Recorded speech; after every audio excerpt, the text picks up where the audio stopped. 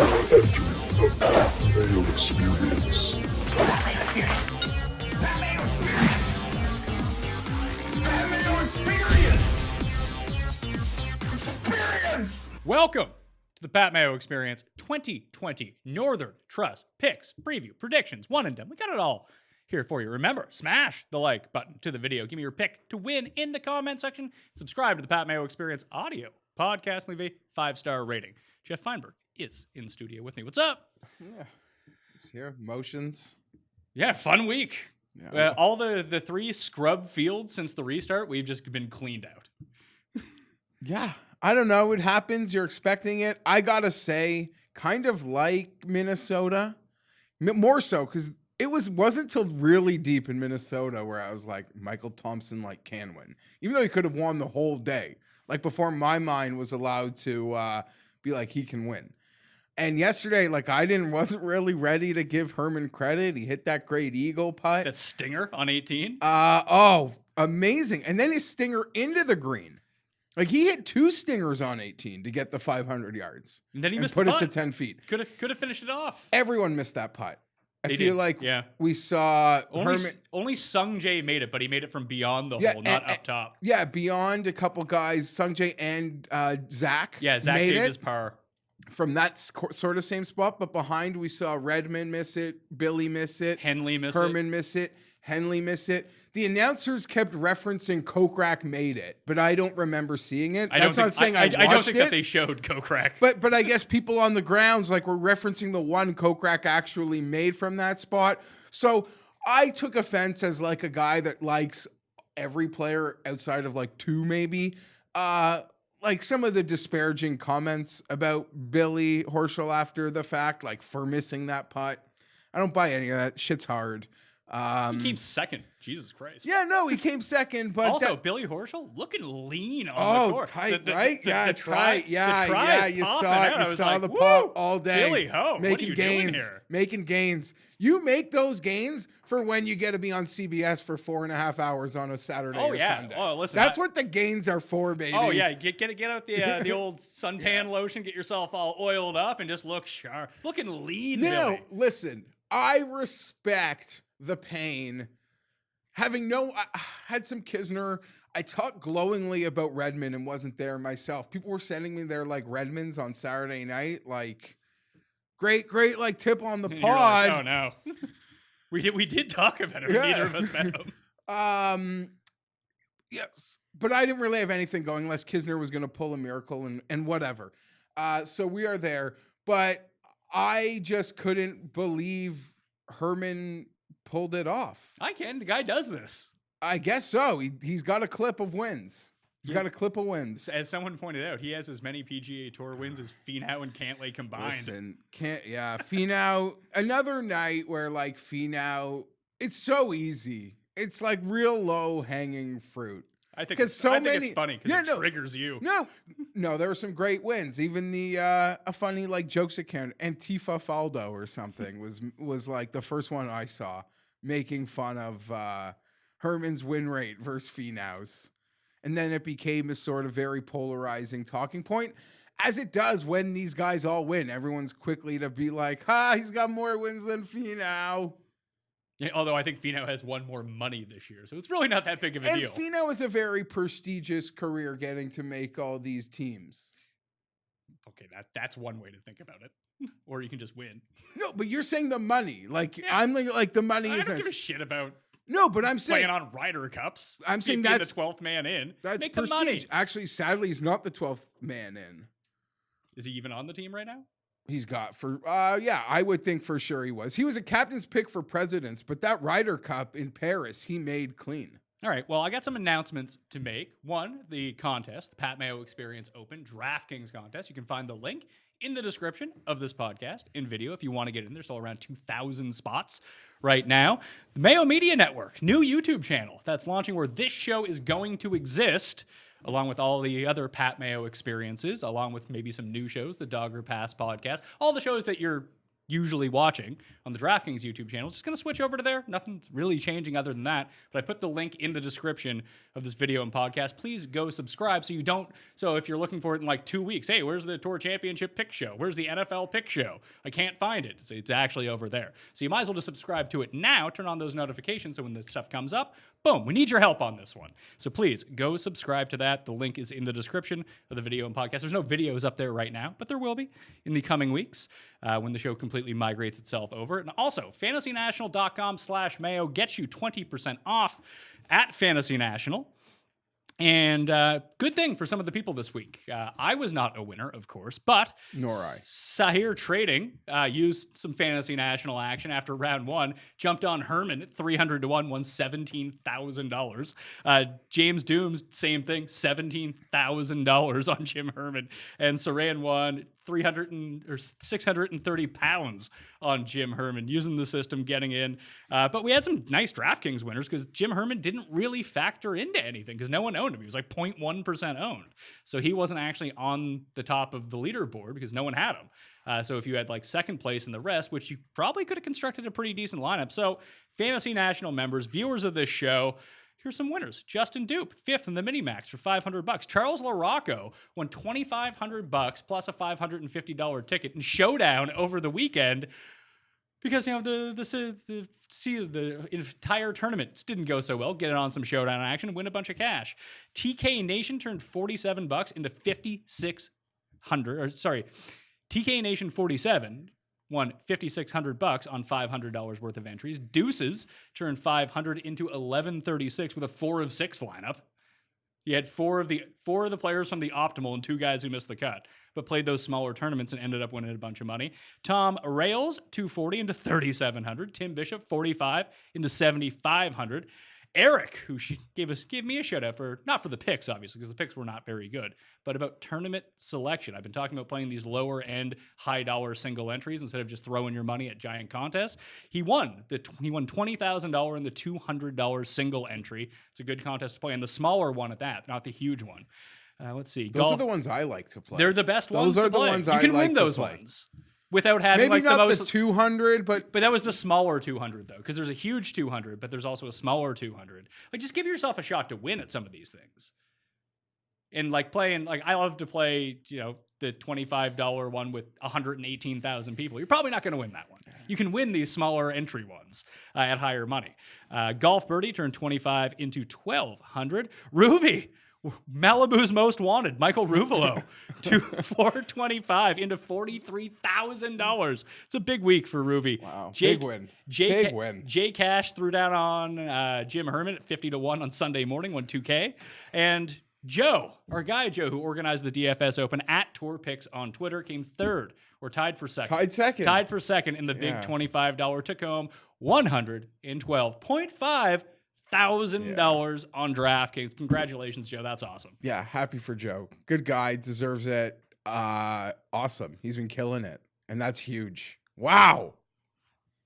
It's a lot of money. I think about it like converted into my, if that showed up into my PayPal. Oh, me too. Like, yeah. So you get the 100 and let's call it $113,000, call it $110,000. Convert it into Canadian for us. We're now up around like $145,000, and it's tax free in Canada. So God. we're killing it.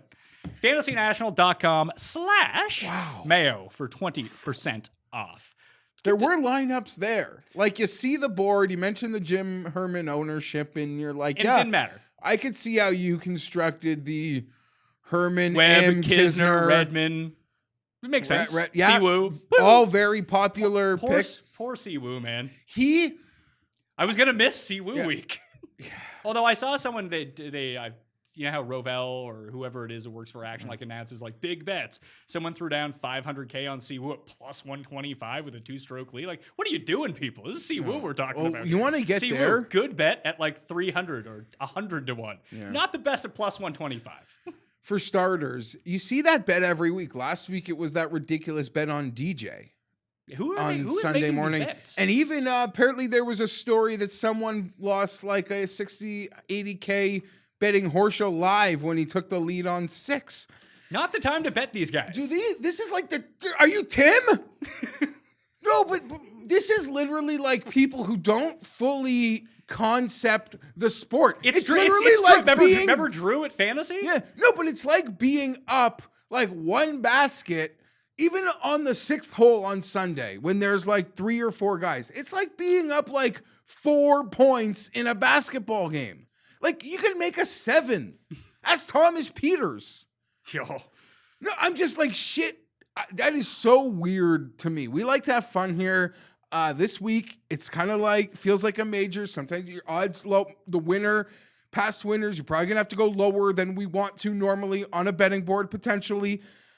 But we like to have fun here. We're betting guys 20, 30, 50, 80, 100 to 1. Like, that's where the fun is. Like, to risk what you're risking. You got to be a fucking loser to bet Siwoo at that money on a Sunday morning when everything was pure for him. Yeah, I mean, you could look at his strokes gained approach and say, oh, he's never had better strokes gained approach in a round in his life. He also made a fucking hole-in-one. And he did hit everything. Like, chances are he's not going to hit everything to 10 inches every time. I feel really frustrated with Siwoo as someone that didn't have a betting interest in him. He was in prime position on 5. On the par 5, he should have had like a 14-foot uphill eagle putt that just missed the slope by like a foot and fell all the way back down and got stuck in a very like Horschel-esque lie on the par 3 late. It didn't get plugged though, like Horschel. Yeah. Well, but I'm just saying like that kind of awkward stance and swing, and then he made a par on the easy par 5, and he took that into feeling because he lost 1 stroke. He went for it. He went for it on the next, and it ended him. And for as much as I make the joke about the idiot who made the live bet, who's still an idiot, even if he wins, I think it's a stupid bet. And you could laugh at me for saying that, but whatever. He'd been hitting his irons pure for 3 straight days. How he didn't trust himself the way he was striking it to just stay in the moment and find that stroke back, because he found them all back. Eventually, yeah, it reminded me a lot. It reminded me a lot of, remember the tournament Corey Connors won, Valero, like last year? Sure, but help me. Siwoo was like either winning or tied for the lead going into the final round at that one too, and the same thing happened. Like he didn't get off to a great start. It was just like pars. Just kind of like he missed a 5-footer on 2, which probably annoyed him for birdie, and then he felt not getting the birdie on 5, and it throws off his course management. Like he was managing the course so well through 3 rounds, and then it just all went out the window when he felt like he needed to press when there was no reason to press. It was the 6th hole. He'd been pin stalking, and you saw Jim Herman came home pin stalking. Certainly, like Siwoo could have and did. He gave himself a birdie look the entire rest of the way. So I don't know. You feel you just feel bad for the guy. Thankfully, it wasn't like with military service on the line. This is true. So he's saving it all for the U.S. Open. Win the U.S. Open. Don't have to go to but the military. But he's a guy. We hated the number, but the field made sense, and we always acknowledge like when that like flame gets lit with his irons, it doesn't. When it's ugly, it's ugly. But he can keep it going, and that's why he could be popular. This week? Though risky on like DraftKings, and because he always will ride that level of the worst idea, and people were. I don't know. I felt happy for you kind of when he did blow it, even though I was not rooting against him. I had no other rooting interest in it, and I knew a lot of people did have him. Like where I was out of it, like I was playing for like a Tyler Duncan top 5. You got to get top 20, so I got a little bit of money back. But that was about it. But I knew people out there had Redmond tickets. I knew people out there had Billy tickets, Siwoo. I was just hoping for one of those guys to win so people could win. Okay, yes. Like I don't actively root against people because I agree. If I had let's put it this way, if I had Billy Horschel and he was one of my bets, I would have been rooting for Billy Horschel. But I had none of them and no like vested interest in who won. So whoever made people the most money, I was rooting for. I also know I'm not a curmudgeon like that. No, I agree. I don't. If there's players I like when Fowler's in it, when Finau's in it, I'm cheering. Unless it's like against my guy, I do want to see them do well. They'll still disappoint even when there is nothing invested in it. And yeah, if Siwoo was 150, 100 to 1 and you didn't make the FOMO bet, you're pulling your hair out. Yes, but he's 33 to 1. I wasn't going to bet it. And it's like, if he wins, you know what you would have won on that. It's not enough to like make you hate yourself. Yeah. At 33 to 1. It would have been shitty, but whatever. I would have been happy to see. But I've been there before. Like the Billy Horschel better. as much as I'm saying you got to give him, like, don't hate him for missing the putt on 18 because we saw those guys. I said that earlier. The hurt of this game that we play, when your guy can't close out Jim Herman, like, that pain is real. That pain is real, but the best player won. The guy that took that thing by the balls won. Even the tee shot on 16. And he missed the putt. Missed the putt on 8. Missed the putt. This guy was the best player yesterday. He was. What's the really hard hole? There was one really hard hole. He's kind of out of position, made an amazing chip. He putted actually from off the green. 13 and 14 were like the two long par fours, besides 18. Oh, that pin on 18 was deadly. Tucked away in the back left on the downslope that you couldn't, like, if you're trying to get it up, and like Kisner had, like, he made the long putt, but he had the best spot to putt from.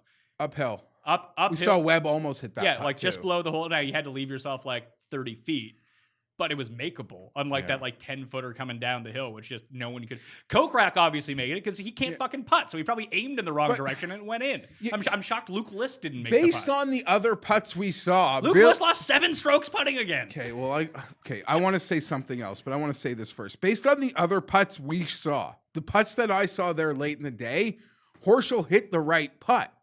Like, Herman's didn't move from that angle, and he wanted it to move left. Gordon's didn't move like he thought it should, and Billy's was the only one that veered left. So I feel bad for the guy, but hey, them the breaks, and He's getting we're here. And you mentioned it, so I got to own it, and it was in my notes. I can't not own it. I made a head-to-head yesterday. List versus who? You want to know? Take one guess. Siwoo. Worse. I tailed him. You tailed me? Tell me it was Herman versus List? No, Worse. It Worse. was pretty bad. Worse. Who? It did might have not been a win. 15-stroke difference, if that helps. It was 13 to Denny versus Yeah, List? yeah. Oh, God. There wasn't much of a sweat there. Denny led in approach and was like last in putting. What a week to blow your one good iron week when you're the best putter on tour. Way to blow it. And before we move on, I've got to just in closing say, this tournament hasn't really been kind to me over the years, and maybe it's because the weird variance of some winners, but I absolutely love the Wyndham. Like, anyone can go there And win. And I remember talking about it many years ago, and I've brought it up since. Like, when Tiger was at his low point in his career and Davis Love won the Wyndham in 15, I remember like, no. Like, this is amazing for Tiger. Like, this has to give... I didn't know, like, the Masters, a major, would he win, like, a tour championship? It's like, please, God. But it's like, no. Tiger Woods can absolutely win again in any form he returns in because I just saw Davis Love win the Wyndham. And yesterday I saw Jim Herman win this sucker. Yeah, there have been 2 winners over 40 years of age on the PGA Tour this season. Jim Herman and Tiger Woods. So that's, I don't know, that's amazing. And game on, and Jim Herman's in the FedEx Cup, and I was kind of hoping he would shout out Trump in his post. Well, Trump shouted him out on Twitter because that was the one thing that I just texted you right afterwards. It was like, how long till Trump shouts out Jim Herman?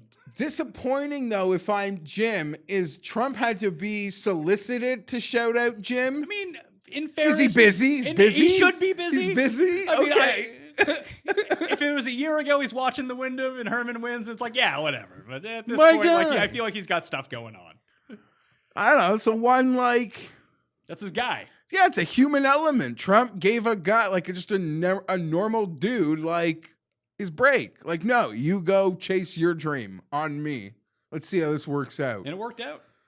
Pretty good. Pretty Wonder if good. Trump's betting Jim Herman every week. Bankrolling the U.S. on Jim Herman bets. I mean, the books made a killing. Oh, yeah. The books this was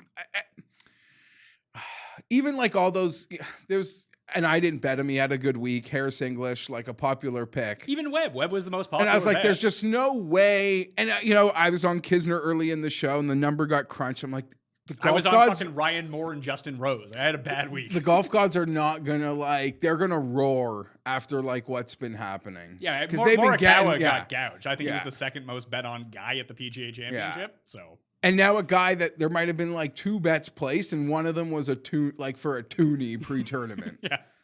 So good for whatever. Not good for them. The Fantasy National, like I said, they picked him up.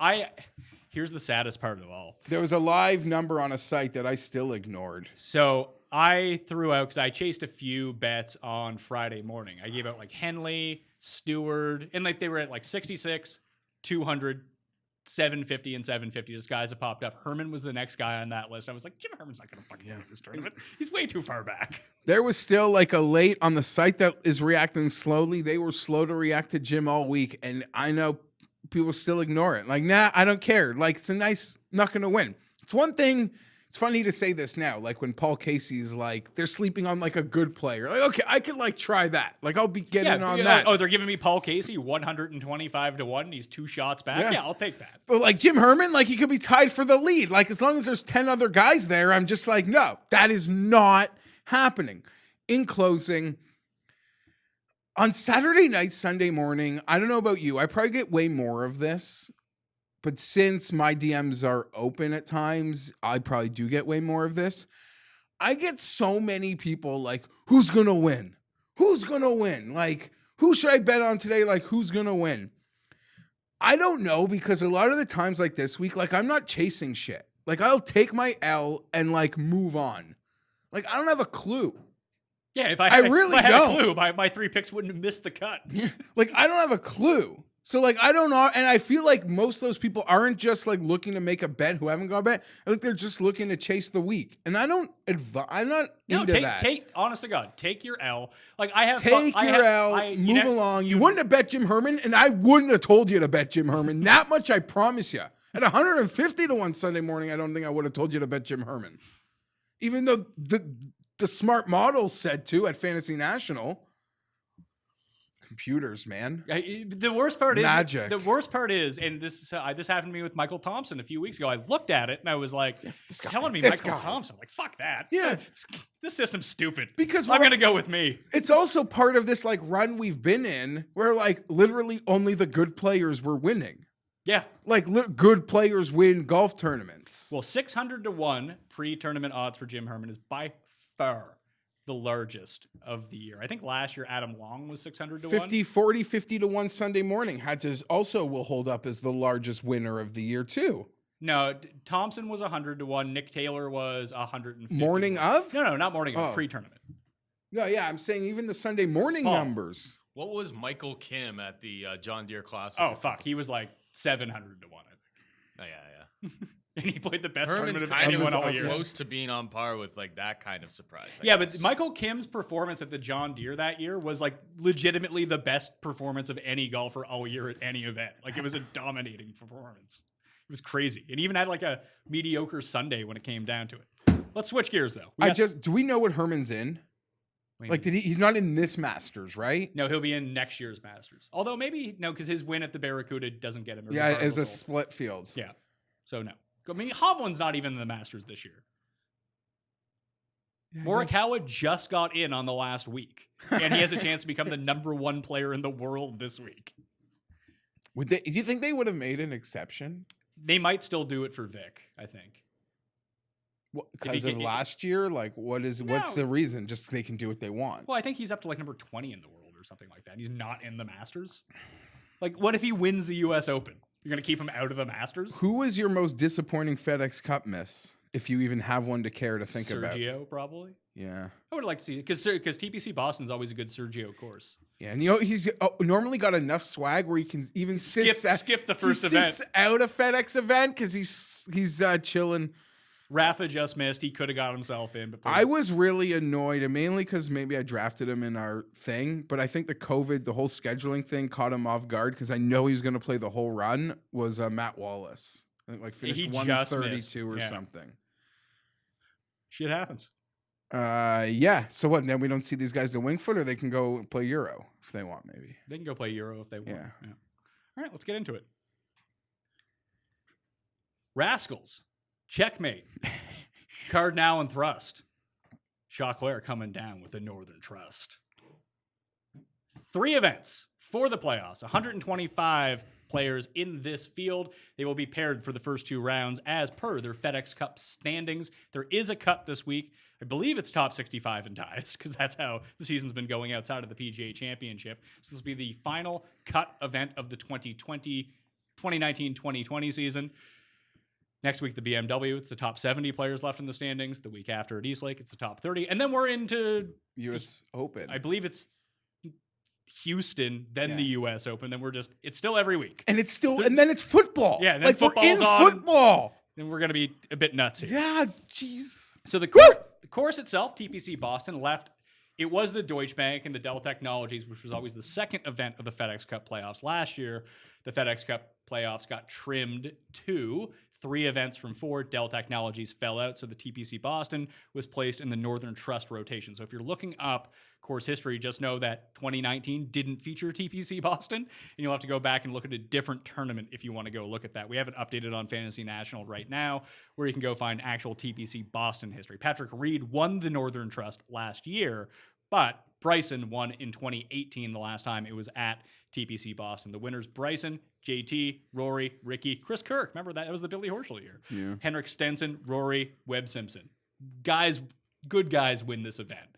Good ball striking course, obviously. You need to make a few putts. 7,342 yards as a par 71. It's on bent grass. And as I pointed out in my column on dkplaybook.com, if you are playing showdown contests, round 1 or round 2, or maybe on the weekend it wouldn't work out that way, but you probably want to take guys starting on the 10th tee, because holes 17, 18, 1 and 2, super easy. Hole 3, super hard. So if you want to try to like squeeze a birdie streak out of that, depending on who the guys are, obviously, you don't want to just fade all the good players because they're not starting on hole number 10, but that was just one of the scheduling tricks the hole tricks that I found that you could have. It just has a slight advantage on DraftKings for showdown contests. But other than that, you can check out my research video. Did that on the weekend, just trying to walk myself through it. I like this course a lot. This is where they had the DraftKings World Championships a few years ago. Merv Bergerson was in it. And Jared Luddeman won. Shout out Jared. Hung out with him on my bachelor party when we were down in Phoenix. This is, as I feel like we've said many a times before, this 125 event, you can make a case. Better than in a many major. ways, the strongest field of the entire season. Maybe there's some asterisks involved in this one because some good players. Yeah, but every Didn't get good in. player is playing. Come on. Yes, that is fair, but I think some of the Europeans that don't come over, play the swing season, that sort of play a run of events starting at a certain time, Sure. lost those events. Yeah, they would come over for either the Starting US in Open. Florida. No, they would come over after the British, play the WGC, play the PGA Championship, and stick around because they'd earn enough points to get in. Yeah, and a lot of them would have played that like Florida swing. Well, I guess we got a couple of the Florida events, but anyways, yes, I'm not lamenting for anybody. I wouldn't think, well, Sergio would have played well here, but no one was banking on him to win it, nor Matt Wallace, I guess. Although maybe the U.S. Open could suit Matt better. Yeah, I'm excited. It's cash season. Cash players are here. We've had a great run up of events for the most part. When you really like look at it in a micro sense, since we've been back from COVID, like the fields have been strong, but I guess we'll find out like who the money players are right now. Cause this is, a lot of them could have just been revving their engines. Dare I say almost even at a PGA Championship. 15 million stirs the needle for some of these guys more than a heavy trophy. Colin Morikawa and Justin Thomas finished 1-2 in the Wyndham Rewards standings. Those are big paydays. $2 million for JT, 1.5 for Morikawa. They didn't even show up to play the Wyndham. Webb was the only one who could have made any noise during that. But Brooks really wanted that Wyndham chase. I think Brooks is just playing every week. It's like, hey, Brooks, if you play every week, your brother can play in events too. Like next year. Don't worry about it. Top of the board. Bryson, Justin Thomas, the two co-favorites at 12-1. Rahm and Rory, 14-1. DJ, 16-1. You've seen better numbers out there for DJ. Morikawa, Xander, both 20. Brooks, Webb, Day, 25. Finau, and Reed, 28-1. Those are your top players on the board right now. My early sense tells me this is a Rory week. He's won this event twice before. He hasn't really been close, but he does it for a round and then can't piece the rest of the rounds together. But it's not like he's playing poorly. He's just not playing great. Rory would be my lean from the top of the board, but I don't know if I'm going to go 14-1. You talked about this being a week where maybe you just go smashy with two guys at the top. Yeah. You name the past winners here. I don't think it's crazy. Yeah, but Bryson wasn't a top player at the time. We were on that, though. That was out of the PGA No. Championship. That is not how it worked. We were on Bryson the week before at 80-1. Then he went back-to-back at this one. We sorry. passed on him. We were like, Bryson can't win back-to-back weeks. And then boom. I got mistaken there. This being the first FedEx Cup event wasn't. He won the Northern Trust that year, which was at Bethpage. It was at some super hard course. And we were like, TPC Boston. Yeah, Bryson just won. He's not going to win again. Then he repeated. Anyways, I like Bryson a lot this week. Me too, actually. A lot. Bryson and Rory, there's your card. It's not really my style. That's not going to be my card. It's not my style, but if that's what someone wanted to do, I guess. But Bryson under 20-1 is something I'm strongly considering getting involved with. And it doesn't come small. How about this guy? Maybe you've heard of him. He's 20-1. Colin Morikawa. Why not? Is life that easy? Golf? No, I will almost guarantee you no one's going to bet him this week. Well, they're giving It's a fair number. He's 20-1. Yeah, I'm not arguing the number. I kind of even looked through it because I think like no one can be that charmed. But he's got, I don't know, he does everything right all the time. By the key stats, he's got 2 wins and a second since we've come out of it. I just look at Stenson's win here in 2013. And I'm trying to figure out like who the comp is for Morikawa. And I think he's better Stenson. Yeah, you mentioned that before. Just the way that he plays, like instead of hitting 3-wood, he hits driver and hits every fairway. And he's great with his long irons, just like Rose, just like Stenson. So you would rather that than say a Webb Simpson at a 25 or bigger numbers that have been out there? Like we're talking, here's the thing. Webb isn't as accurate as Morikawa, not nearly as long, but they're and I've mentioned to you before, Webb seems like an inferior Morikawa. Which is sad to say because he's a top 5 player in the world. I haven't made any final conclusion. Like, I don't know if I'm definitely going to bet Morikawa or not, but like I've already won on him twice so far since the return. But maybe this is his time. Just go out and go full fucking Tiger on this and just pwn everyone. But there's a bunch of guys in these 20s. Like, I think the reason that I won't get to Bryson or Rory or JT or Rahm, because Morikawa is at 20. Like you said, like Webb isn't a bad play. I don't think Day is a bad play. I really like Patrick Reed this week. Patrick Reed has top 10 finishes at TPC Boston, 3 of his past 4 goes. He was good at the Wyndham, by the way. And he was good at the PGA Championship. T9, T13, the last 2 weeks. The ball striking is happening. We're back on bent. Like, let's go, Patrick Reed. Everyone's off of him. Reed is my favorite player in the 20s. I could see myself piggybacking the big name under 20 with a guy like Patrick Reed. Bryson Reed. We're back into how you have to construct a card like we spoke about at Memorial and the majors. Like this, you mentioned the past winners. 20-40. I would say unless you want to stay under. And the win equity of the guys under is almost 50% if you combine all of them. I'm joking. But the 5 players at under 20-1. What's their combined win equity here? 33%? Thomas, Bryson, 8. Yeah, around 30% probably. Are we including Dustin in that? I want to include Dustin. Yeah, so yeah, probably above 30%. Okay. I don't know. You don't get much farther down. You got to have some fun at the Wyndham. You lose all your money. And you lost all your money because the super long shot won. But screw it. It doesn't happen here. Keegan's the only outlier. In the playoffs. In the last like 3 years. At this course, Kirk is the only one. And Kirk and Horschel were unstoppable through those playoffs. Like they had to create a new Billy Horschel rule to get him on the Ryder Cup team night. And I'm not saying guys farther back can't win, but now you're just in a bucket being like, can I pick the right one? Yeah, no, but I'm almost saying like if a Hatton or a player like that wins, I think that's... Here's the sneaky thing though. Hatton's probably gonna win. Okay, no, but he's a really good player to me. Yeah, I agree. He's underpriced.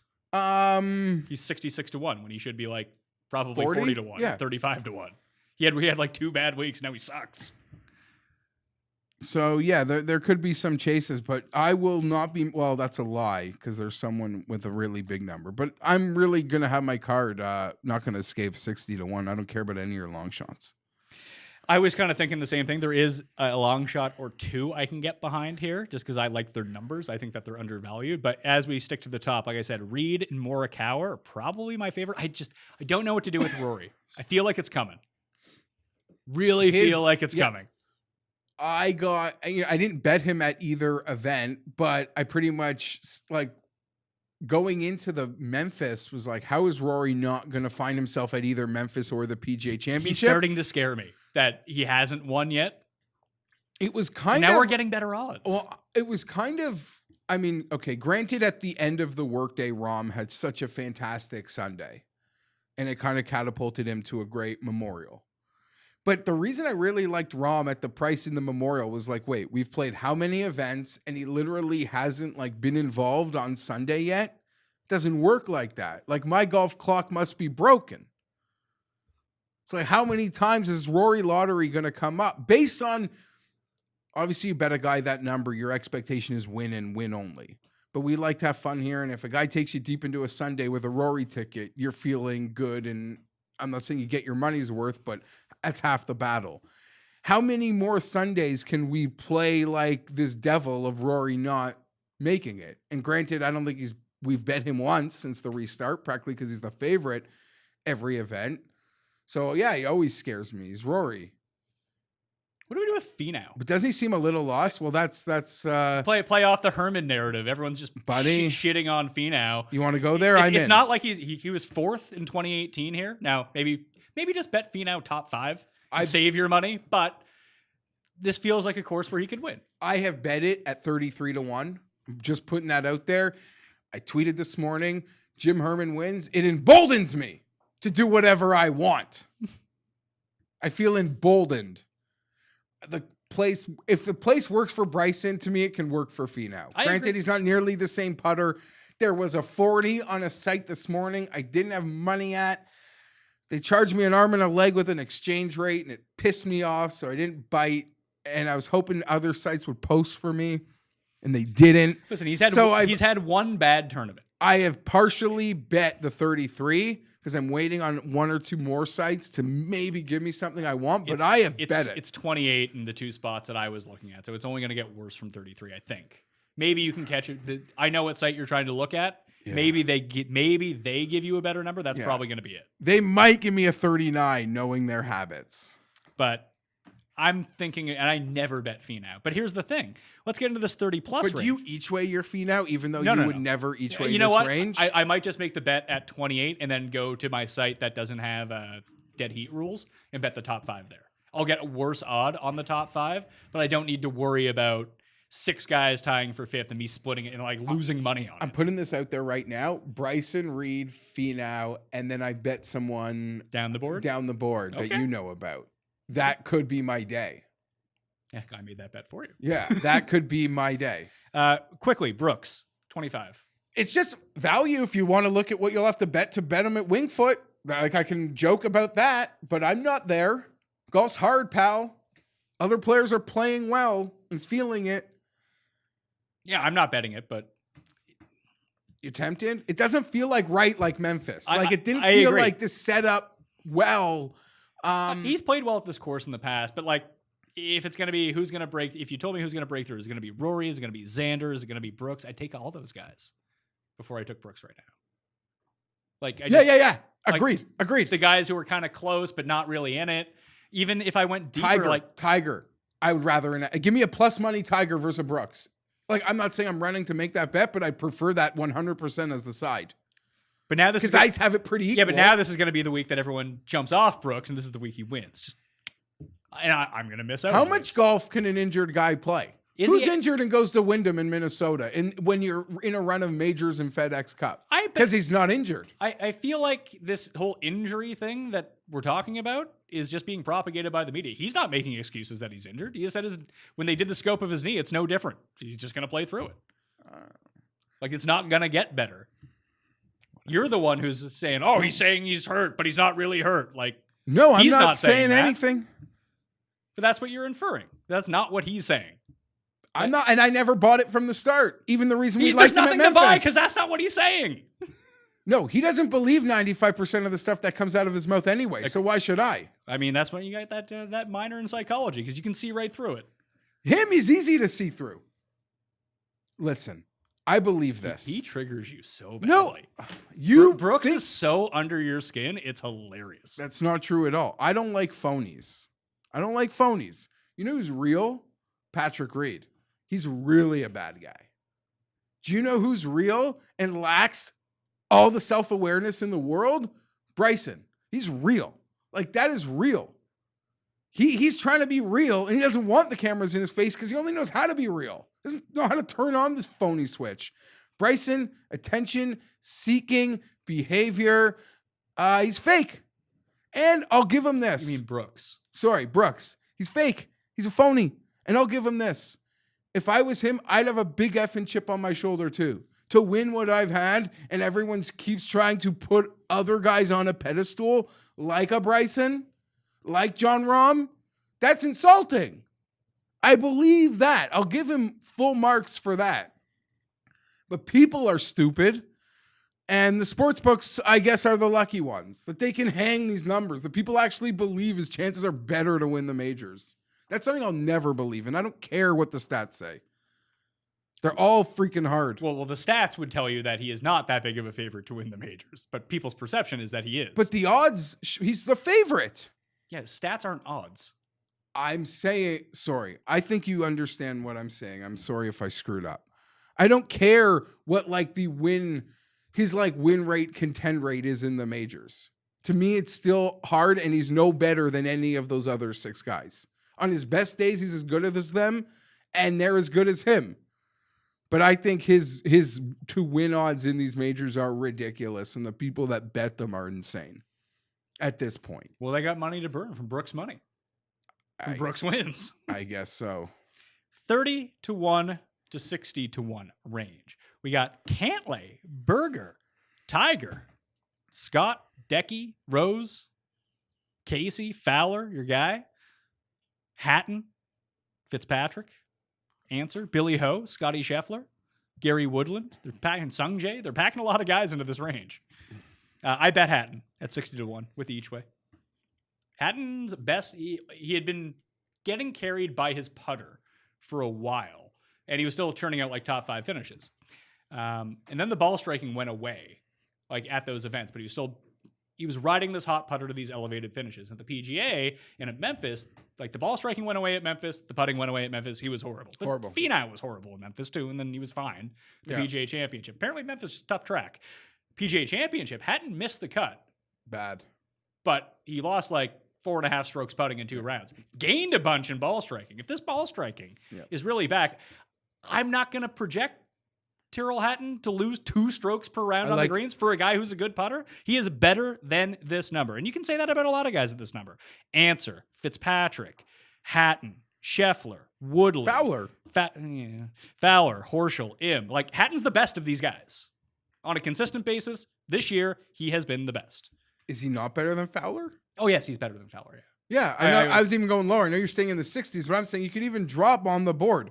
I would rather bet him over some of these guys. He's better than Fleetwood right now. Listen. He is. Let me say it. At the PGA, they threw that 50 out there, and I was like, you're not going to do that to me. You're not going to do it. Like, you can't throw Fleetwood 50s out there and I'll stare at and expect me to stare at them. I didn't at the PGA, but I will right now, Pat. His irons are...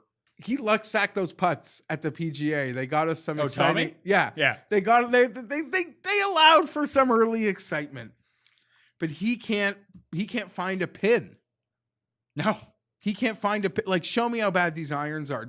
For him, he's got a month to figure it out before we'll need him. Put it this way, in this field over the last 2 months. So that's 14 rounds for Tommy Fleetwood since he's returned And he's to been action. playing a ton of golf. Per my fantasynational.com custom stat model ranking, he is 102nd in this field. He is currently 108th in strokes gained approach. What I said. They're throwing the 50, and I'm staring this time. I didn't think it was possible, but I can't F with that at a track that, like, when we see who wins here. Iron players. They win. So yeah, I'm with you. I'm with you, and you're really selling. I like Hatton a lot this week. I like it a lot. Makes total sense. He gas canned the PGA. Now he's like forgotten. This guy was like a wizard Well, like that- 2.5 weeks ago. It's weird because he suffers almost from like Patrick Reed or Siwoo Kim syndrome, where if he's playing well, he's priced as a favorite. But the moment he plays poorly, he's back to being like some random tour scrub. Yeah. Like he's basically the same number as Spieth. Like that's crazy. It's crazy talk. And I'd still take him to beat Paul Casey. Yeah, he's a better player than Casey's playing good right now, obviously. And I think his chances of win might. I have a couple guys at 40. Like there's not. Yes. So this is what I wanted to say. Hideki and Scott. Hideki is the one. Yeah, sneaky. He's just sitting there. Is he gonna like? We're waiting for Rory. I know it's different. I'm not comparing Hideki to Rory, but much the same. Like, how much longer till this guy like gives us a roar? What about Cantlay? Cantlay goes from being the same price as DJ to being behind everyone else because of. I know, and he had a good little Sunday weekend at the PGA Championship, making the cut. The other way, he had a good Saturday, had a bad Sunday. In Memphis, he had the good weekend. Like he's just not putting anything together. But I like him on Ben. I'd rather bet Reed, and here's my problem. I didn't bring him up because I've bet Finau and I want to attack really high, and I've surrounded that, and I might rather bet Patrick Reed, but Cantlay is now sitting at much like going into the PGA Championship. My opinion of him hasn't changed, and he is now in a very bettable range that works for cards. Like building the card in the range this week that you spoke about, he works perfectly. I didn't bet him at the PGA Championship. I thought about it. Thankfully, I bet Morikawa, who's higher, and they did a lot of the same things. But as people that did bet him at the PGA Championship, I would almost say go right back. Not much to me has changed. What about Tiger? Tiger's irons have been really good. Yeah. I got him triple star just so we didn't forget to talk about him. I am not betting him, but as I mentioned, I like his chances to win a lot more than other people. I was like stone cold out on him at the PGA. If you even asked me if missing the cut at plus 200 represented value, I was saying yes. But it could be a hot, humid summer, right? Like, I think this works for Tiger perfectly. I'm not betting him. I'm betting Tony Finau and not Tiger Woods. Ha, ha, ha. That sounds smart.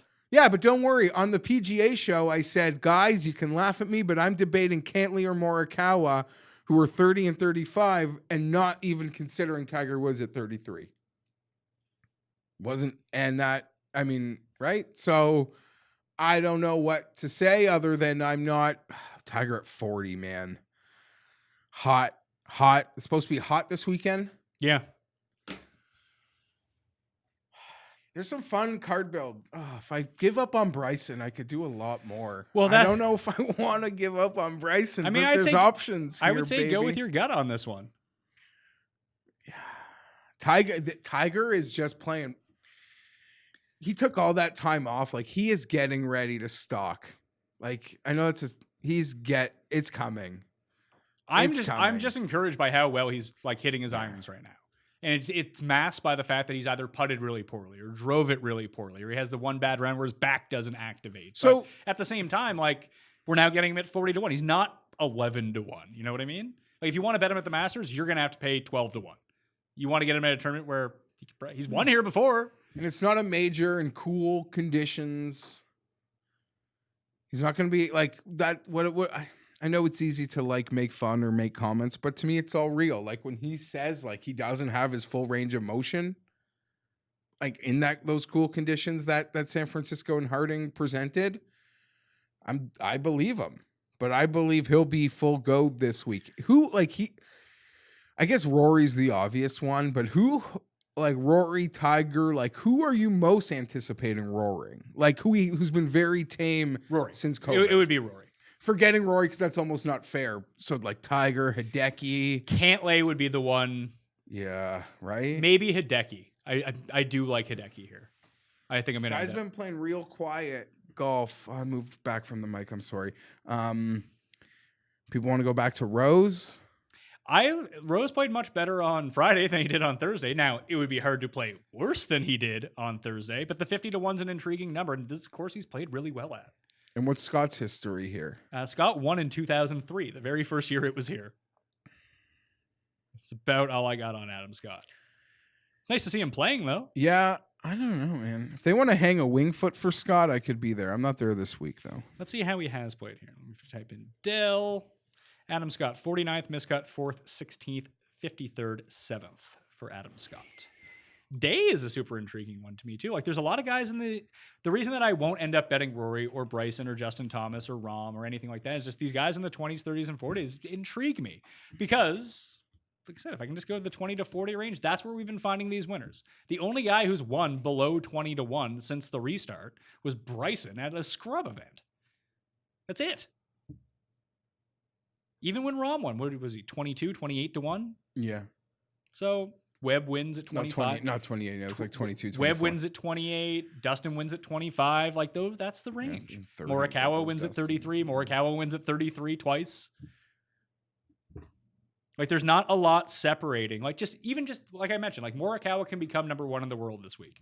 JT can become number one in the world. I believe Rory can, and someone else can. Maybe Webb if he ends up winning. But just that distinction of so many of those guys can become the number one player in the world right now. These are all guys in the 20 area. Like, there's the gap between the top four, who we historically treat as the favorites in all these tournaments, is not that. I guess Justin Thomas won the WGC. And I would say, I missed that one. But the gap between these 12-1 guys and the 40-1 guys are not as pronounced as they used to be. Nope. And honestly, if you shop that Dustin number, you get a better number, yeah. Even DraftKings has a nice, juicy one on him. What was that, 20? 22. I mean, why not make the exact same case we were making 2 weeks ago for the major?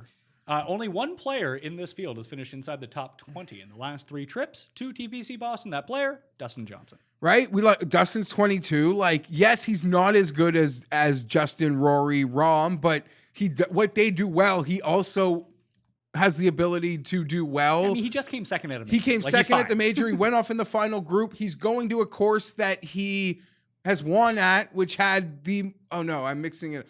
The first, I keep getting lost in the first FedEx Cup event. Yeah, no, you're thinking about the one where he cut the lake in the playoff to beat Spieth. Probably the best shot I've ever seen. Yeah, everyone talks about Dustin's drive at Kapalua. Nah, they almost all in one. That's like luck. There are 2 distinct Dustin Johnson shots, like good shots, because there's a bunch of like really bad shots. Like the miss at Chambers Bay, the 3 putt at Chambers Bay on the 72nd hole is the one that really sticks out. The PGA. The Pebble, late, it's just there's so many moments with Dustin Johnson that stick out that are bad that you try to remember the good, and there's 3 of them. One is that drive at Kapalua where he almost made the hole-in-one on the par 4. That was amazing. His drive at Northern Trust to beat Spieth, and I think Kisner was 3rd that year, and Rahm was 3rd. But in the playoff, he just said, "Fuck this, I'm taking on the lake," and just bombed it over. And the 72nd hole at Travelers a few weeks ago, he couldn't hit his driver all day long. He was going left, he was going right. He's like, "Fuck it, I'm just gonna bomb it," and hit it like 380 down the middle. It's like, all right, I'm just gonna have an up and down. This isn't even gonna be a sweat. Like, those are just distinctive shots that he can make from time to time. You're like, oh yeah, you are one of the best players in the world. And the reason that we think that you're not is because you're in contention too much, and bad things happen to you. And I know it's that's sort of the Brooks weird parallel. The reason that people think that he's able, like the credit that he gets at majors. I mean, he's won 4. He should get a ton of credit. All the credit in the world. But not usually, but like Justin Thomas is in contention like every single week. Rory tends to be in contention. Like, Rory's bad play right now is actually working to his favor because he's not in it, so no one notices how poorly he's playing. When Brooks plays poorly, like he did at the Wyndham or the 3M or whatever, no one really cares. It's just like, oh yeah, like he wasn't in contention to blow it. The thing about Brooks is that when he's in contention, he usually wins. It's just he's not in contention that much. But when he's like Jim Herman's in contention, he wins. He's a winner. He might come dead last in every other tournament, but if he's on the first page of the leaderboard on Sunday, watch out for Jim Herman. I guess, just off the top of my head, Brooks, there have been moments. There was a couple weeks ago, he got bombed by Keith Mitchell at the Honda. He didn't beat Gary Woodland at the U.S. Open. He's not without contention losses either. No. But you're right. It's not at the rate it feels like the other guys. The one thing that I find different between Brooks' losses when he is in contention versus someone like Dustin or something. There's nothing he usually gets beat. Yes, well said. Dustin tends to blow. Yeah, Keith Mitchell beat him. Thomas beat him. And Thomas yes, beat, Brooks no, put it in Thomas the water beat on him. 8-10, Thomas but beat him. Thomas beat him. And what other one? Gary beat him. Gary beat him. Nothing you were going to do to beat Gary, baby. Like Morikawa beat Dustin at the PGA Championship. Yes, he beat everyone with an incredible Sunday. But Dustin should have been where Morikawa was. He just played poorly. As you kind of said, he kind of just played the day like it was a U.S. Open. Yeah, he tried to just make hit the center of the green, try to make some 40-foot putts. And then he got hyper-aggressive. Instead of going for the middle of the green on the easy par 5 and having the 20-footer for eagle, he wanted to stick something close. And then he started to press like Siwoo did on the weekend. And he short-sided himself on 10, and he really never recovered. I guess he made a late birdie to get in the T2. But again, I think Dustin, and I know people can say after the Travelers he had those huge numbers, but we see him run form. Yeah. Like that's outlier in that. So I actually think you shop that Dustin. That could be a nice place to start. It could still let you do other things. I am just a mean sucker for I just got a feeling in the gut. Okay. I mean, that's how I felt at Travelers. Just like, it's Dustin time. Let's go. No, but I mean about Bryson. And if I go to Bryson, I can't. There's no, because I'm making some other bets. All right. So let's go to the 60-1 plus range. We don't need to spend a whole lot of time on the 100-1. That's for the DraftKings show on Tuesday, where we have to find out the guys at the lower end of this field, the Keegan Bradleys of the world. But I bet Matthew Wolff at 70-1. The guy's just playing too well right now. Okay. Makes sense. One of the things to look at when you look at this list is, was Webb Simpson in 2011? Yeah, he won a major, but he wasn't the Webb Simpson that we think of now, if you know what I mean. He got elevated. Stenson was on his way back in 2013. He got elevated. Bryson, when he won the last time we were here, he wasn't Bryson yet. He was an up-and-comer, but now we look at it. Matthew Wolff, like Morikawa, like Hovland, Sung Jae, it doesn't matter who it is. Once we look at these players like 2 years from now and be like, oh yeah, of course Matthew Wolff won. He's the 7th best player in the world. When you're like, when I'm doing a radio hit in 3 years, and it's like, yeah, our past winners here are like JT, Matthew Wolff, Rory, DJ. The names will just feel like they belong together. And I feel like Wolff is on that level. Now, he's hit or miss as opposed to those other big end guys. Like, he could be absolutely shitty. But the ball striking, no one has been better over the past. You just can't make a putt, save his life. But make a few putts this week, Matty Wolff, and you'll be in the clear. And he's used to winning and contending. So you feel like he, as much as he blew it, being in those spots feels very normal to a player. First like time that. in a major for him too to do it like that and still come inside the top 5. I like that because I was looking at, there are some guys in the 60s. You bet Sung Jae. I bet Sung Jae at 66. Why? What? Just because he showed life last week? Yeah, I just feel like he's all there. Sort of the same bet that I'm making on Wolff you're making on Sung Jae? Yeah. Okay, I get it. I just like it. I think he's he hit the flag on 7, and I think it went in the water on the par 3. Did it? I missed that. On Saturday? Oh, on Saturday? I was watching on Saturday. So he could have really had like even a stronger finish. He stalked the pin, or maybe it just went to the water's cusp. I don't know. It's hard to see if the ball actually goes in the water, but I was so frustrated just hearing the loud noise of the pin and the ball rolling away. Anyway, I'm all about Sung Jae this week. He's at these numbers, he's showing life. I got no issues, and I'm not going really much higher, Pat. No, there was a book that's floating a 70 on Fowler though. Yeah, I saw that. It was DraftKings. Yeah, DraftKings was floating the 70. That's just like he's won here. He's playing. That's like a FOMO. Tim is just put him on the death pile. Well, we should say yes. Tim has put Fowler on the death pile. He also wanted to pick Justin Rose as his one and done this week, but he'd already used him. So, oh shit. So he's going to have nothing on Rose. So that means Rose could 50-1's a decent number on Rose. I got so suckered in last week. Now I'm getting double the number. The field is way stronger, but this is a better course for him. And the irons and driving did return on Friday.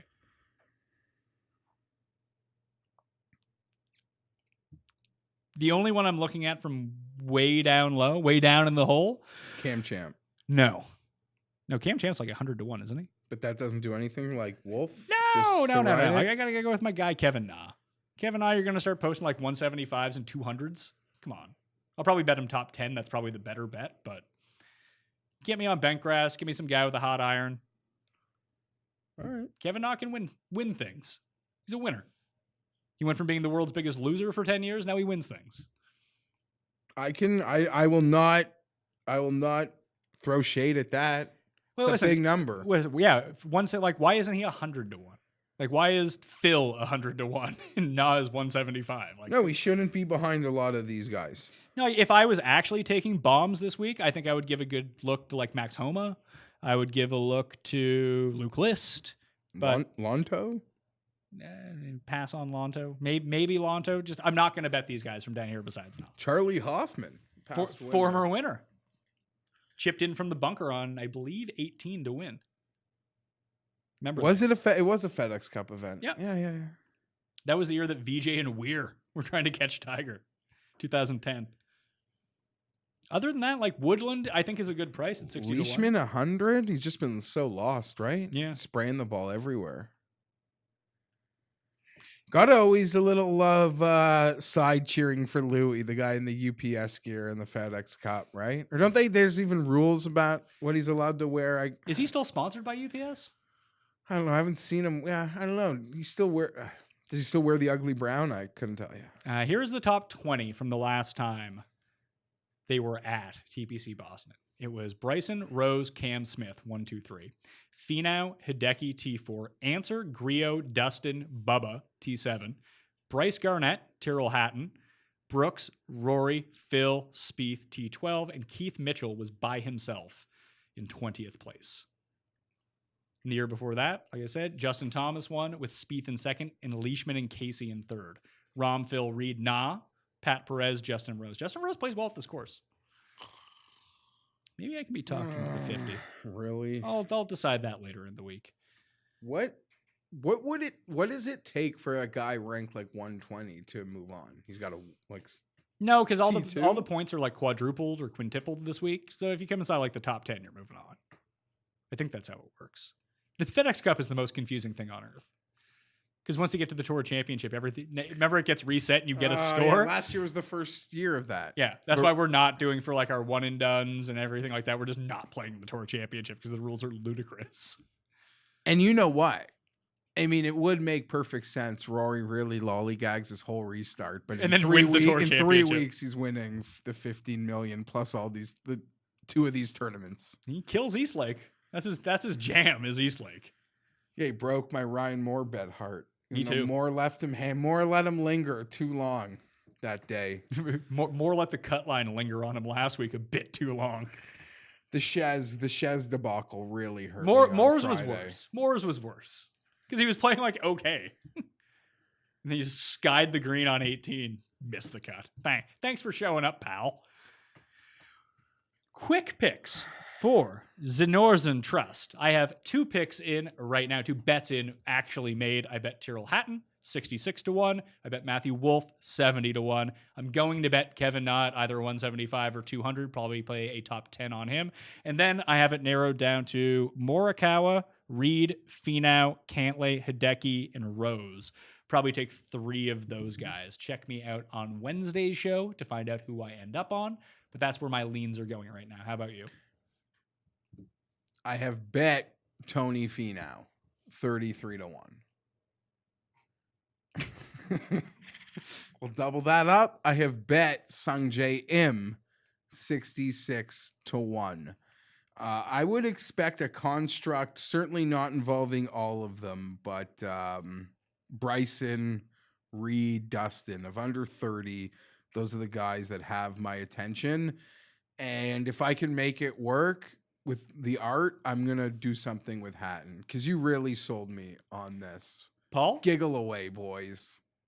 Your guy Gary 60-1. That's That's gonna pretend Gary doesn't exist there, Jeff. I thought we basically pretended Woodland, Scheffler, like Fitzpatrick, Answer, and Hovland Tony don't exist. twice as likely to win a tournament as Gary Woodland, no, U.S. Open Finau winner. is playing amazing. He is. Finau I'm telling is you, the top playing 5 bet on amazing. Finau might be Top the five move. Tony. I actually did want to bring up Fitzpatrick. Like there was a bit of hype around him and some super short numbers, but I don't know what he missed. The sort of like Hatton. Yeah. He just missed the cut, and I would prefer Hatton if I'm picking there.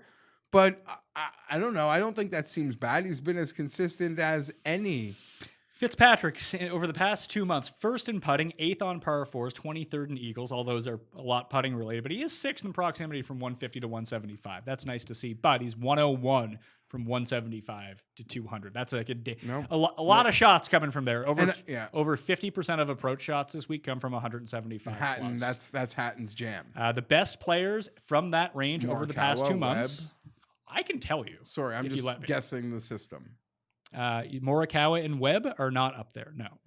Griot is the best. We've seen Griot finish inside the top 10 here last time.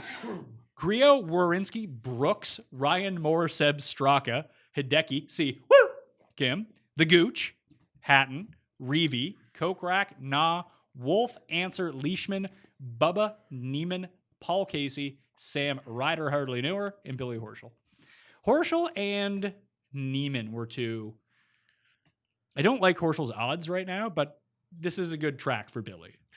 Yeah, Billy, he's sweet gonna be Billy boy. He's gonna be popular this I week. knew you would come back. Maybe he comes back and wins this week. 60-1's too much though. Neiman's 160. Like people were like digging him 3 weeks ago, and I digged him last week. almost the same case that I made for Wolf. That if you look in like 3 years' time, you're like, oh, Neiman won this event. Of course he won this event. Like he's that guy at the longer odds who could do that. I think I might end up betting him too now that I've thought about it. I didn't realize he was 160-1. Yeah, I bet. What would I bet him at last week? 50-1 maybe. 50, yeah. Yeah. I was really like, and he didn't play. He had 2 really nice rounds. His first round was slow. What did he do on Sunday? I didn't really pay any attention. Neiman finished 42nd, gained off the tee, lost on approach. If we look at it round by round, he lost. He played poorly in rounds 1 and 4. Played That's really what I well said, 2 and yeah. 3. But generally speaking, this is a type of course back on bent as well. The field might be too much for him, and maybe he's more of a swing season guy at this point, but thought that was interesting for him.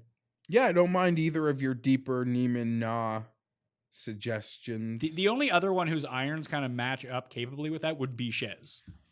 But I just want to say I'm now having thoughts of ditching Bryson, ditching Dustin, and just building like a card. of the 20 guys, But You I gonna bet feel Bella? like that's gonna be a total waste because the Bryson's gonna win. superstars the super elites just seem to crush these FedEx events. I think Morikawa might be the best player in the world right now. Just week in and week out. I don't He's want. missed one cut in his pro career. But he gives himself a chance almost every week to be in it. I'm not saying he's going to win every week, but at 20-1, like it feels like he might. That's probably a fair odd based on his actual win equity. But in terms of the betting market, like it's kind of weird that he's not 12-1 or 14-1. He just doesn't like sizzle as amazing as he is, right? I guess I don't know what would it take for someone to do what he. I don't know. How can Patrick Cantlay play like okay at tournaments? He's won like the Memorial and some like scrub. And he was event. like 18 at the Memorial. Yeah, which was essentially this field. But even at other events where it was like this, he'd be like 16-1, and Morikawa doesn't get that respect. It's a great effing point. Again, 2 wins, a second, A major. Is the second's obviously the playoff loss, right? The second's a playoff loss. Yeah, he lost a burger the first time back, and then he beat Thomas in the playoffs, and he won the PGA Championship. Yeah, 20 seems pretty fair. Yeah, it's a fair number. Look what he's done. How many events have there been? 6, and he's got us two wins and a second. The fuck. I'm just shocked his odds haven't crumbled. Like 20, like I said, is fair. But obviously they realize they're still they wouldn't get people still run to bet. They'll take more money on Brooks than they will on Morikawa this week. Almost guaranteed. Yeah, they'll take more money on Bryson. First, 20th, 48th, first, miscut, 64th, second, 9th. Or his past 8 starts. He had a bad Travelers and a bad Heritage. That was about it. We didn't really talk about Day or Berger. They're good players. You can bet them if you want. They're not for me. Yeah. I told you all the Day guys- is like back though, right? Yeah, I guess the it's like- line is saying it's good. It's nice to see. Good for you. I'm not gonna bet it. I think I'd rather Patrick Reed, but Patrick Reed wins more. I like seeing. It feels right seeing Day's name like here on a betting board in a real quality event. The problem is I know people had been betting him that it would have been nice to see him get his Cash win, the number. cash the 66, Yeah. cash the 50. Now he's back up to where he should be, but without having won. That happens. Who did that? That happens all the time. Yeah, no, You lose the number and you don't even get the win. Those are what hurts the most. one and done I'm trying to picks remember where that for the week. happened to. Cust is taking. You take Justin Thomas? Is that who he took? Yeah. Yeah. Cust is taking Justin Thomas. You were the only one to make money last week, so it is your pick. You have the sheet I'll underneath. take Bryson. I've used no big guns Yeah, like the supers. You do have Bryson to use. Who can I use here? Have I used Rory? No. Yeah, Let's go. that- We're all dipping. It's cash season. Cash money millionaire. I'll use Or Rory chocolate. McIlroy. So the standings as it stands right now, Cust is winning by $50,000 over me, and you've pulled yourself back in Yeah. with 2 huge weeks in a row. So Tim is at 4.0 million. I'm at 3.95 million. You're at 3.6 million. So It's easy. It's all there. just one but we're one going- second place finish, and you're in first. But we're going to the Masters, you said. yes, and we're not going to do the Tour Championship, but we're going to be doing the fun Houston Opens and stuff like that. How close are you guys to the money in that? Like in We're just playing between ourselves. no, I know, but like Not. no, I don't know. Just questions. I was, yeah. I have an embarrassing omission where I would be crushing you guys, but it is my fault. That's your fault. Yeah, got to play by the rules. Was it the week that you used Patrick Cantlay? Yeah, on the show I gave Cantley, which was a double pick, and then Then yeah, you should have picked someone and else. then I actually had John Rahm, who won the Memorial at a huge dollar. But whatever, this is fun. We're having fun. We're deep into it. There's still majors, so I guess I don't want to burn all those supers I've been saving for the FedEx Cup. yeah. And I guess because, sorry, I'll be brief. Even after the U.S. Open, guys aren't just going to disappear till the Masters. We're probably going to get some names at these events that never saw the names before. Well, right? I don't know. I don't know what they're doing with the Asian swing because the CJ Cup, the Zozo, those just aren't happening for the PGA Tour. I think they're going to move them to California. But the Masters is the first week of October. No, it's second week in November. November. Yeah. And the US Open's at the end of September. So there's tournaments in between where normally that's where the Asians, like they play in Napa, they play in Houston, they play Greenbrier, but that's not on the schedule anymore. I don't. Isn't that the one with the Cody Gribble one? It's like a turkey. Sanderson Yeah, Farms. yeah, Oh yeah. yeah, that's the same. They give the trophy's a little hen or something. Cameron Champ won that. Yes, and Nick Taylor, Mackenzie Hughes. No, he won the No. RSM. Nick Taylor then. Did he? I thought he also won the RSM. Let's see. Safeway US Open. And then Punta Cana at Corrales, Sanderson Farms, Shriners. Then you have the CJ Cup, the Zozo, and the HSBC champions in China. I don't know if those are going to happen. There's not happening. Then you have like the Bermuda, Houston Open, and then the Masters. So the Safeway is the one that's wedged in between the playoffs and everything. The Brendan Steele Open. It's gonna be real interesting to just the guys will just I guess be playing, doing their own thing. Well, I guess if you make it to like next week, let's say all the good players make it to the BMW, you're in the top 70. Like you'll probably take the 2 weeks off and go play the US Open. Guys that play the Tour Championship, I mean, they'll just take Napa off. But the guys that all missed who are in the US Open or get cut out of this event, they'll probably go play Silverado. I'm guessing. Yeah. And Shriners usually gets like Bryson and Cantley, and I'm sure the young guys that like don't have families would have played in that. Well, Shriners is until October. No, but I'm trying to mentally like who's gonna play before the Masters? People used to play Houston before the Masters anyway. Now it's before the Masters again somehow. That is true. They used That to is set it true. up like it was like the shaved green or the shaved. Yeah, they used to do it. They used to be very accommodating to that. That's yeah. Anyway, we got golf every single week, so we ain't going anywhere. We got football, lots of it. So we're going to do AFC wins. We're going to do NFC wins with Tim. I was thinking about doing a prop draft. We'll pick our 5 different player props and we'll draft them all and compete head to head. Things are happening in that world, and my mind is spinning. So what you should do is subscribe to the Mayo Media Network. The link for the YouTube channels in the description of this video and podcast. The more people that subscribe now, the easier time we're going to have not telling people no, the show is over here now. We need your help with all this. I'd really go a long way to help supporting this show. It's free of charge, so you might as well go for it. Like the episode, download the episode, play in the Pat Mayo Experience Listeners League. The link is in the description, along with the link to the Mayo Media Network in the podcast description, in the video description, fantasynational.com/Mayo. That'll do it for me. I will be back on Tuesday with DraftKings picks. I will be back on Wednesday with my final card. UFC on Thursday. We got everything running. It's a well-oiled machine at this point. And then football is coming to throw some sand right into the microchip. Bust it all up. We're going to have a ton of content coming up. So we need you along for the ride, all right? I'm Pat Mayo. Good luck this week. I'll see you next time. That Mayo experience! Experience!